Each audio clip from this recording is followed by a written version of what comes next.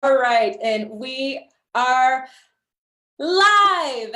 Hello, hello, hello, beach body champions. Welcome to What It Takes. I am Keyshawn Graves, a senior manager here on the coach development team. And just so you know, we are a group of people that you can use as a resource to brainstorm, to strategize, to figure out the actions necessary in order to reach your goals. And we have mentors who work with coaches, starting at the diamond rank all over the world, anywhere we operate business. So US, UK, Canada, Puerto Rico, anywhere we operate. If you are diamond and above and you have not reached out, you don't know who your coach development mentor is, go to FAQ 7581 and use us because we're here to help. All right, so this is what it takes. This is our Champions Page weekly mini series where we ask the same exact questions to elite coaches, and they tell us what it takes to reach success and to lead an elite team. And today we have the pleasure, the honor of talking to a good friend of mine. She is a one-time premier, two-time elite, has locked in the qualifications to hit elite again for a third time. Get this, she's 9-star diamond in her first business center, 2-star diamond in her second business center, emerald in her third business center, a Success Club 10 all-star legend for 49 consecutive months coaching since 2014. More importantly, a feisty mom of 3. We have the founder of the Flawless Empire, Lori Miggins. Hey, Lori, welcome to What It Takes. Hi, thanks for having me. Wow, what an intro. I appreciate that. Well, thanks for being on, girlfriend. So we have about 15 minutes planned today. Before we get into our questions, do you mind just sharing a little bit about yourself and how you were introduced to Beachbody? Sure. Well, that whole intro just gave you a lot of info, but I am a mom of 3, and I was introduced to Beachbody about 10 years ago from a little program called P90X that I purchased, off of the famous infomercials. And I did the program with my husband. We had great results. We never really did nutrition. We kind of ignored Tony Horton and his reach out to a coach, drink Shakeology, until it wasn't until after my 3rd pregnancy when, again, I purchased T25 off of an infomercial and I started that program. I heard Shaun T talk about Shakeology. Long story short, I saw my coach talk about a challenge group. I saw the word Shakeology. I wanted to try it. I felt like it was time. I was worth the investment. I was the buzz of Shakeology. I wanted to try it. So 4 years later, here I am, now a coach, and I'm hooked. So take it back to 4 years ago. When you signed up, can you describe what some of those early days looked like? Yeah, for sure. The very early days was I want Shakeology at a discount, but I have no time for coaching. I am a mom of 3. I had at the time my two girls were 8 and 5, and my son was 6 months old. So I just became a discount coach for about 3 or 4 days until there were a bunch of moms on, my daughter's cheer teams that were asking me what I was doing. They saw me transform after my 3rd baby. I had a 50-pound pregnancy gain from all 3, and they watched me transform. I started sharing my story. I turned discount coaching into more of a nap time hustle. With 2 kids in school, my baby who was napping twice a day, I just got to work and did the things that I needed to do from my kitchen table during his nap time. And I would stay up late. I definitely gave up, a few TV shows to work at night when I saw that I needed to give it some more time. But really in the beginning, it was me finding pockets of time when the kids were busy or napping. Wow. I like that nap time hustle that you call it. And so you got results, you shared your story, people were asking about those results. I can only imagine that those are some of the habits and the basics that contributed to your success, but what do you feel are some of those habits? I definitely think that, and everyone tells me this, and I asked my success partner yesterday, like, what are some qualities about me? And it's consistency. It's organization from the beginning, setting up systems so that when you get a new challenger or you get a new coach, it's not like, oh, I have to start over. You should be excited. You have a new challenger, you have a new coach. You should have a system in place, whether it's a Google form or a training, or, if you have a website training, something that's set in stone with a checklist that, as soon as you get a new coach, you put them into the system, you put them into your funnel. And you make sure that you get them started out right, just like you started out right, or maybe you figured out along the way. Now, consistency, organization, systems, that sounds, for a brand new coach, it sounds like it could be a lot. What advice do you have for a brand new coach who doesn't know where to start? When you say systems, when you say organizations, what can they start doing today in order to reach long-term success?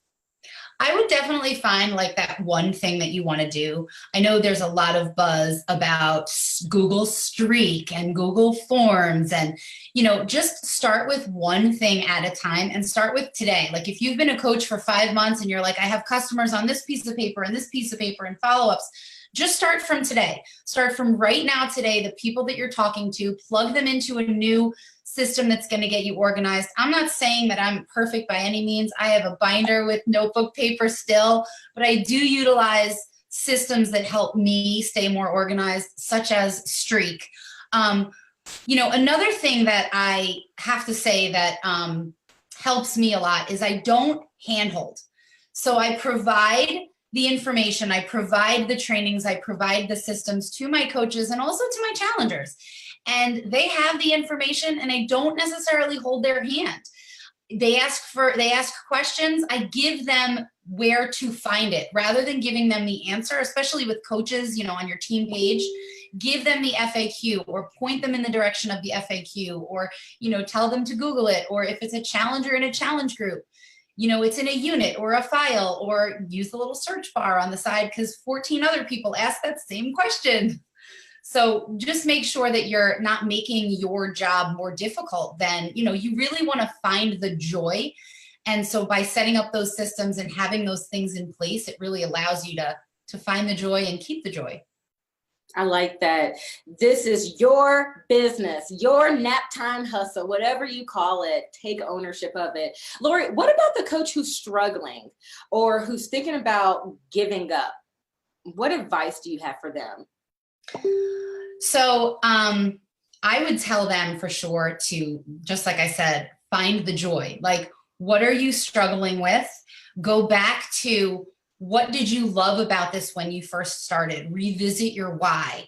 And if you're struggling, you need to step back and ask yourself, are you doing the 4 vital behaviors? And if you're doing them consistently every single day, then you really shouldn't be struggling.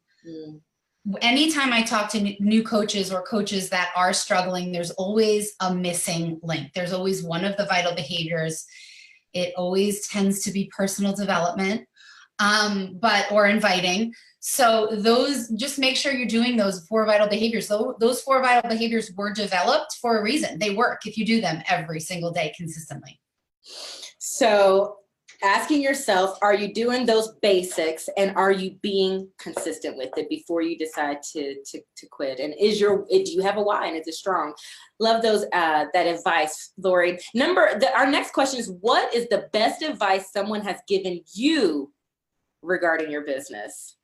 Which is a loaded question, I know. There's been so many good nuggets. I know, right? Well, dream bigger. Set like a BHAG. I think you might have coined that term. Big, hairy, audacious goals. I think we tend to set goals that are within reach. And then, you really have to shoot for the moon and then maybe you'll land on a star. If you shoot for the star, you're never going to get to the moon. So really set huge goals. Also, the best advice that anyone gives to any coaches is to start a program, get results, start another program. You cannot just dabble around in Beachbody programs. You really have to pick a program, have a start to finish, follow it 100% so that you can say you did a program. So many coaches that come to me and struggle and they ask for advice. I'm like, well, what program are you doing? When was the last time you actually finished a program from start to finish? And like right now, Shift Shop, it just started do it. It's a 3-week program. It's perfect. And it's so good, y'all. Oh my God. Yes. All right, Lori. Well, thank you. We have officially made it to the speed round. So these questions are going to go a little bit quicker. Ready? Okay. On average, how much time do you spend working your business? And maybe give it to us at the beginning when you were kind of nap time hustling it and now. Yeah. I mean, it's so hard to say because sometimes I have bigger chunks of time, but I would say on average, like 4 to 5 hours a day, maybe an hour in the morning, an hour at night, and then like 2 to 3 hours throughout the day. I do something called setting non-business hours rather than setting business hours. So I set the times a day where I don't want to work, and those are the times that I want to be with my kids. And then I have those mommy nap time hustle pockets of time throughout the day that I really try to work. I like that. Non-business hours. That's good for us type A people. What's your average Success Club each month? My average this year is about between 20 and 30. 30, wow. And what percentage of time do you focus on your own business versus your team? My own business, I would say, is still, I try to keep my own above 50%. So I would say about 60% me and 40% team. Okay. And how many coaches do you enroll each month on average? This month was great. I enrolled 11, but I would say anywhere between 5 and 11. Congratulations on 11. Wow. Thank you. All right. We have officially made it to our last question, which has nothing to do with the business. Are you ready? It's a fire hat. I'm scared. I know. What food could you not live without? Oh my gosh. Gosh, that's such a toss-up. I have to say chocolate. Chocolate. Yeah, I have to say chocolate. I was going to say peanut butter, but that's like everyone, so chocolate for sure. I love it. Well, Laura, do you have any parting words for our champions as we end What It Takes this week? No, you're in this page because you're all champions. So go out and be one. Love it. That's great advice, Lori. You're an amazing leader. Thank you so much for being here. Mwah! Bye, Thanks guys. for having me. Bye.